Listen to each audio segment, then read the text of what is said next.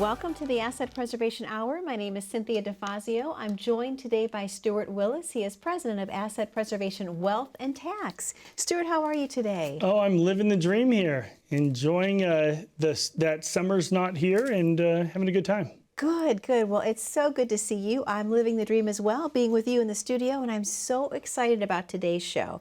Here's what we're going to talk about. Are you ready? Recession fears, inflation, and diversification. Stuart, can we get through all of these in 30 minutes, or should we have 3 hours? Right. What do you think? Yeah, I don't know if we can get enough airtime to go for as long. That's why Randy always says to tell me to be quiet here in our ears pieces here. But no, it's a lot to cover, and I'd love to talk about them. I would too. Well, obviously, everyone right now, Stuart, is so concerned about recession. It's what people are talking about in the grocery store, everywhere you go. Are you as worried right now? Well, I think the one thing people have to realize is that recession is already here. It's been here, right? The fact that, this administration has just changed the definition of recession doesn't mean that we're not in one. So listen, are we going to go into a global recession? Yeah, we're already there. I mean, we've seen all the classical definitions of recession hit. We're there. I think the important thing to do is not be focused on that scary word, because just remember, the media oftentimes uses that as clickbait. It's a way to get you to respond to something because you're going to react out of fear and you're going to have a lot of concerns. Quite honestly, what I'd be concerned about is looking at, what can we learn from last year? And is that going to present the same kind of information we see moving forward? Are we going to be in the same environment moving forward? And people need to make sure they have a plan and plan accordingly. Let's talk a little bit about why the markets were doing so well for so long. Is that going to happen again? Well, I think that, we were in a neat environment. What I want to do is I want to pull up a slide that's the S&P 500 slide that'll show you that the stock market has done so well for so long. And as you saw, for 12, 14 years, it peaked. It just kept going up and up and up. It peaked at the end of 2021, and then obviously it's gone down here at the end. But the part of this I really want to show you is to be able to look at those two humps that we see on the left of the screen. Now, those two humps there, the first one is the dot-com crash. The second one is the 2008 crash, or the financial crisis crash. And if you look from 2000, the peak of 2000, it took until 2012 for the S&P 500 to get back to where it was. So basically, people refer to that as the lost decade. And the real question, Cynthia, is, are we in that same thing again? What is going to stimulate the market to do well again, to be able to create this lift in the environment? Well, quite honestly, when we saw the market start to move up permanently in 2008-9, it was because, when President Obama stimulated the market with $800 billion of stimulus, it did that. Well, Donald Trump did that in March of 2020 with COVID. They spent $2 trillion with PPP program, et cetera. But remember, what also happened, it wasn't just stimulus dollars from the government. It's also the fact that we've been in this very low interest rate environment. So what I want to pull up now is the chart for the 10-year Treasury chart. And what you'll see is that the peak on the left is back in the 80s, early 80s, 1980, 81. And for 35 years, interest rates have fallen. So what that's done, it's been fertile ground for companies to be able to borrow money with very low interest rates. I mean, even look, these dot-com companies, these technical companies could borrow money. These growth companies didn't need to show a profit, but they could borrow money cheaply, right? Wow. Or if you're looking to refinance your house, people were able to redo their kitchens, redo their bathrooms, spend $100,000 on this amazing kitchen, and their payments would actually go down. How is that possible? Well, it's because they would refinance at a lower interest rate. So I think that time is over. I think the day of the refinance to fix your pool or to do your kitchen, I think those days are over. But remember, that stimulus, that borrowing of money out of your equity is what people used to stimulate the market, right? By fixing your kitchen, you're hiring general contractors, and it's just this complete, circle of life when it comes to the economy. And I just don't see that repeating itself right now, because we are not going to be in this low interest rate environment any longer. It's climbing. When you looked at that 10-year Treasury chart, I mean, interest rates are back where they were, back in the early 2000s. So interest rates are climbing. Money's not going to be cheap to borrow. I think that's going to put the pressure, like we've seen locally here in Phoenix, on houses, where housing prices essentially have crashed as well. They're stabilizing a little bit now. We're seeing less inventory out there. People are pulling back. They're realizing these investors don't want to sell because they don't want to be down as far as they could be if they sold now. But it's an environment that I don't see repeating itself, which means that a lot of these do-it-yourselfers are going to be in trouble. Sure. Well, as the environment changes, what can the audience do to make sure that they're not risking everything, Stuart, as they go into retirement? Yeah, I think the one thing they need to do is make sure that their plan can survive all of the different scenarios that are possible. And, I've said before, that blind chicken could have made money in the stock market for the last 14 years, and that's really brought in the individual investor to manage their own 401ks, their own IRAs, their own retirement. They're playing stockbroker with their portfolio, but anybody could have made money because, I clients all the time would say, hey, my money tripled over the last 12 years. Well, great, the market quadrupled. So you underperformed the market by 25%, right? I mean, it's not because you're brilliant, it's because everyone made money, right? Yeah. And when people can finally realize that, stockbrokers, advisors had a pretty easy time for 12 years. Now it's been rough. I tell you all the time, 2022 was probably my roughest year in this business. It was tough because the markets are crashing. I go from getting, 3 calls a day to getting 30 or 40 calls a day from clients, and they're watching the news or getting freaked out. And it's an issue. And I tell people all the time, all of my financial clients have my personal phone number, right? Every single one of them.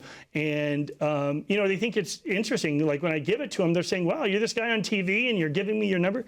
Well, yeah, when your life savings are with our company, you need to be able to reach your advisor 7 days a week. It's your life savings, right? That's true. That is true. Stuart, I want to ask you as well about, what about your risk tolerance? How important is it for someone to understand what that would be? Yeah, I think a lot of people believed that their risk tolerance was something different than what they were in. Last year was one of those crazy years also where, people would say, hey, I'm a growth investor, or I'm a moderate or a balanced investor. And typically, depending on your risk levels, let's say that, people said, hey, I'm willing to take a 25% loss so long as I can see a 20% upside on average. Well, yeah, but those days are over. Are you still willing to see a 20 or 30% loss in the downside? And I think a lot of people just had no clue where their risk stood because they didn't care. For all these years, they did incredibly well. Everyone wants to be on the gas pedal when the market's going up, right? And just knowing when to pull out and move to safety is a completely different thing.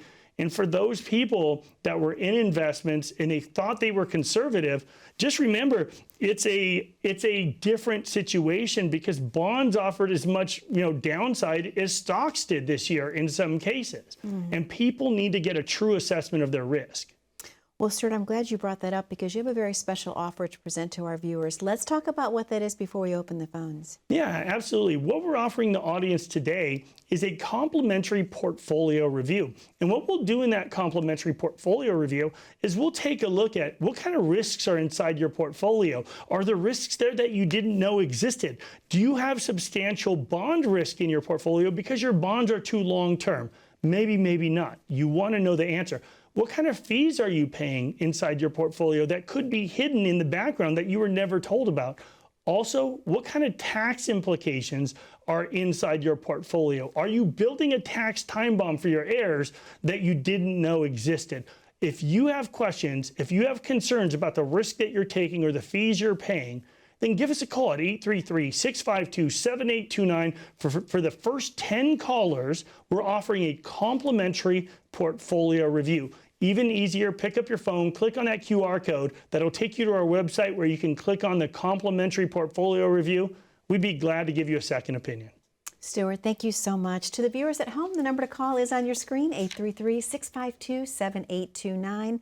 We know you have a lot of questions for Stuart, perhaps about how much risk you're currently taking. Perhaps you need to know the answer to that question. He's offering you the complimentary consultation to the first 10 callers today. 833-652-7829 is the number. We're going to take a very short commercial break. When we come back, we're going to talk about a very important topic, diversification. How do you know if you're properly diversified? Stay tuned. We'll find out momentarily from Stuart after this very short commercial break. People are really concerned about outliving their money. Inflation, taxes, volatility in the markets, legacy. That's what people are really concerned about. Listen, I love what I do. When a client of mine can know with total confidence that they're going to be okay. At Asset Preservation, that's exactly what we do. Not only do we look at your investments, we look at your taxes and estate planning as well. We don't leave any stone unturned. That is what a real holistic shop does. Provide a very clear roadmap so that you know it's okay to enjoy retirement. Success is being able to sleep at night. And at the end of the day, what we provide at Asset Preservation is not only the market expertise by institutional money managers that are some of the biggest and best in the world, but we also provide complete advice. You need to make sure you have a plan. What you can expect from us is to let you know the truth about your portfolio.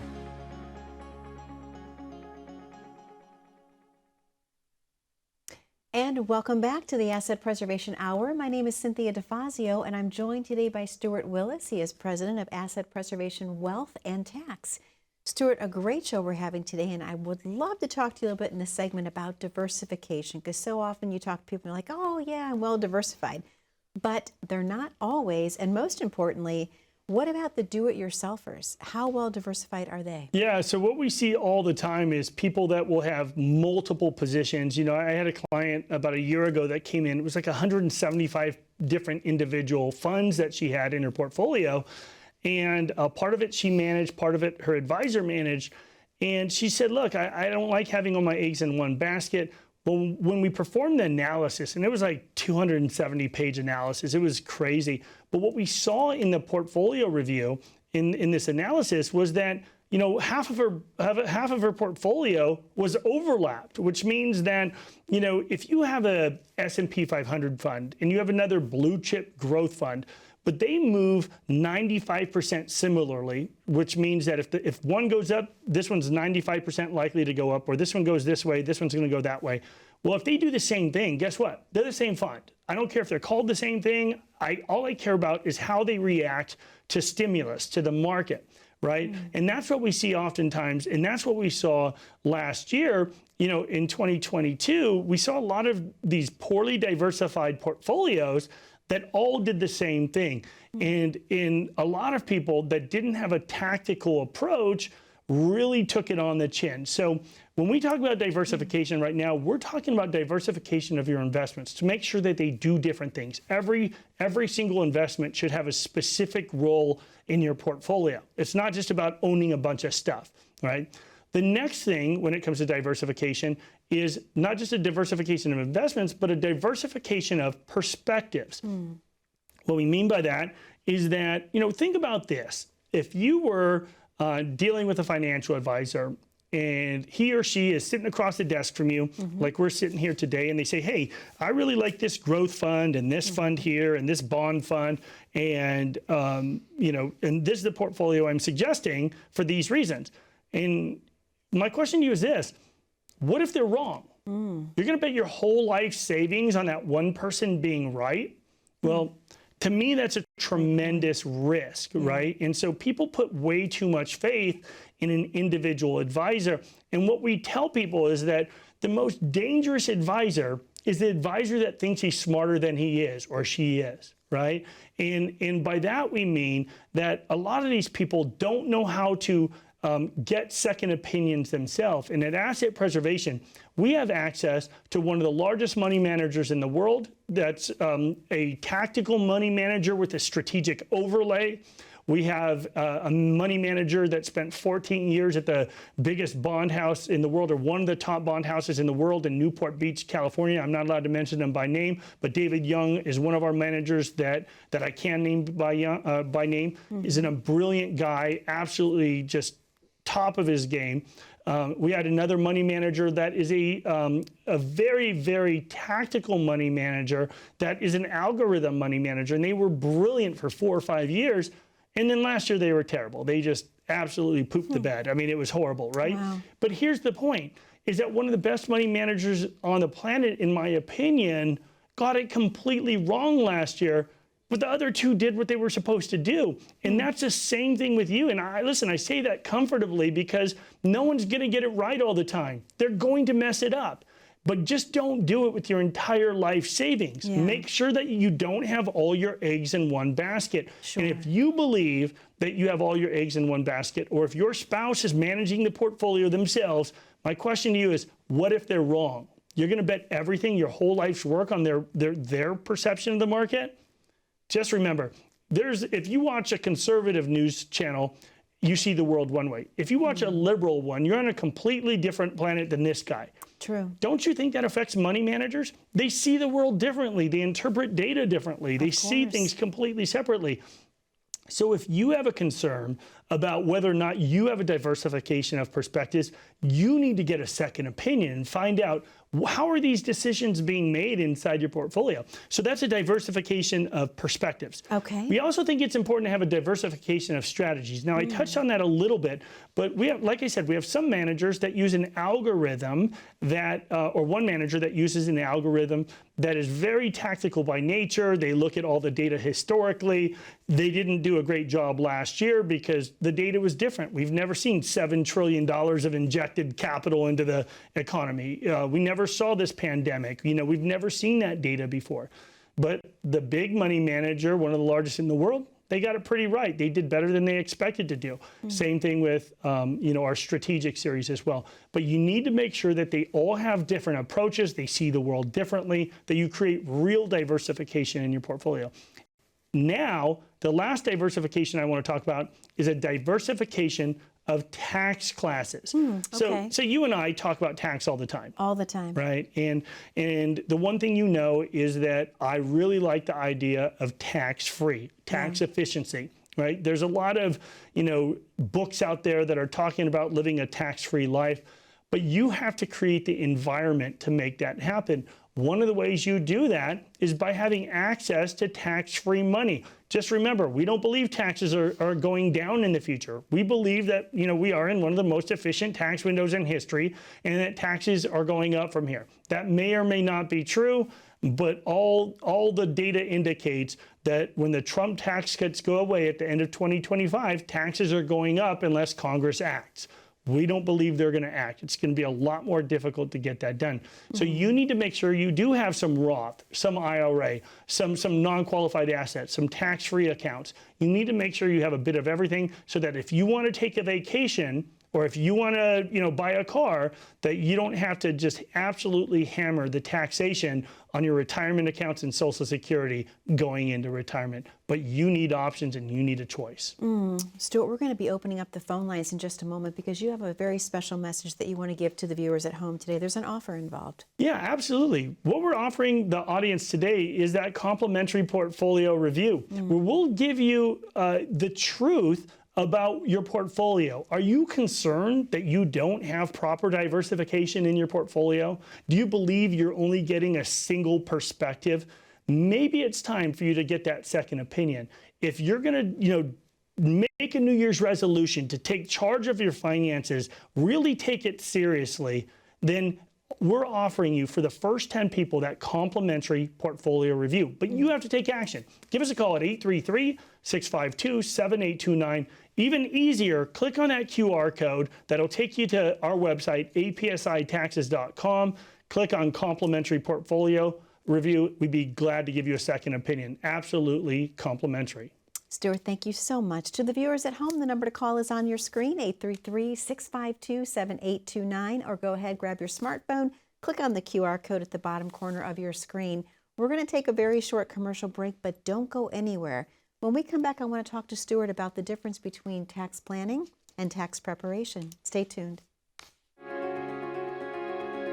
Right now, the market is a big mess, and oftentimes people feel lost. So while most people are scared, you need to know that you're going to be okay. I'm sure you have a lot of concerns about whether your portfolio really fits you. And if you need help, all you have to do is give us a call. At Asset Preservation, what we offer is a complimentary portfolio review. We can provide that fresh set of eyes to give you that second opinion. You can't get a second opinion from the guy who gave you the first. You want to make sure you're dealing with a fiduciary. We'll give you that fiduciary perspective. If you have a relationship with a financial advisor that you don't entirely enjoy, I think that's a problem, because these relationships are not meant to be short term. They're meant to last a lifetime. You don't want to deal with people you don't like. If you have concerns about your portfolio, you need to give us a call.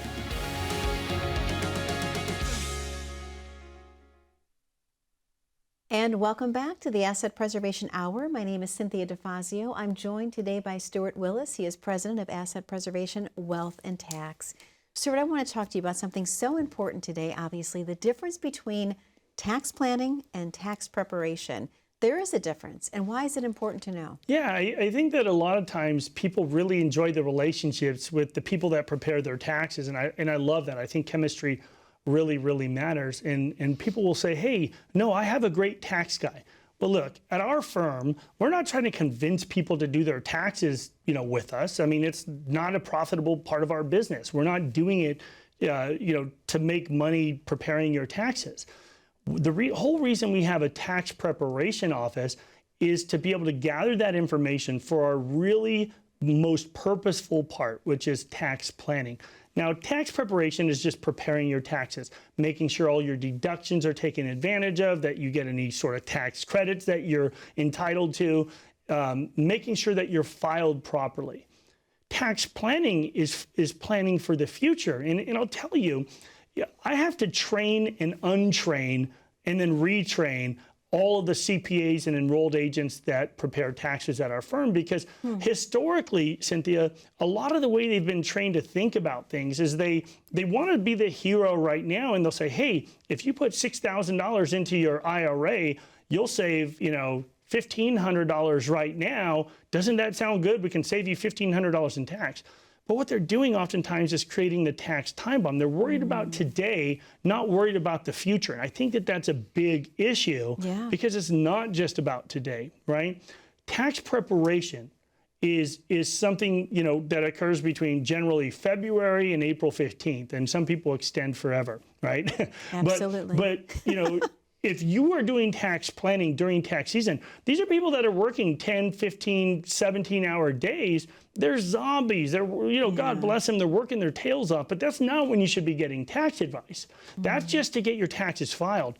Tax planning should either happen before tax season begins or after tax season ends. Usually give them a month or two to catch up, because I guess, after April 15th, that's one of the biggest vacation days in Mexico and Hawaii, because all these accountants head off to take a vacation because they've been working forever, right? Tax planning is about really forward thinking, about using all the tools at your disposal to create the most efficient tax environment you can. I have to ask you, Stuart, obviously, if taxes are so important, why aren't other advisors talking more about it? Well, because taxes are a complete pain in the rear. I mean, I'm telling you, I have a love-hate relationship with taxes. For the first decade of my career, I feel like I was faking it. Like I didn't, by not talking about tax. Well, first of all, most advisors are prohibited from giving tax advice. It's the whole reason we hire CPAs and enrolled agents at our firm, to be able to give that tax advice, right? We want to be able to do it all in one. But number two, like I said, they do the least amount of work necessary to get paid. Once you start going down that rabbit hole of tax planning, now there's a whole different level of expectation. All my advisor friends around the country, they wonder, hey, why are you so busy in December? You should be shutting it down and enjoying the family and doing all this.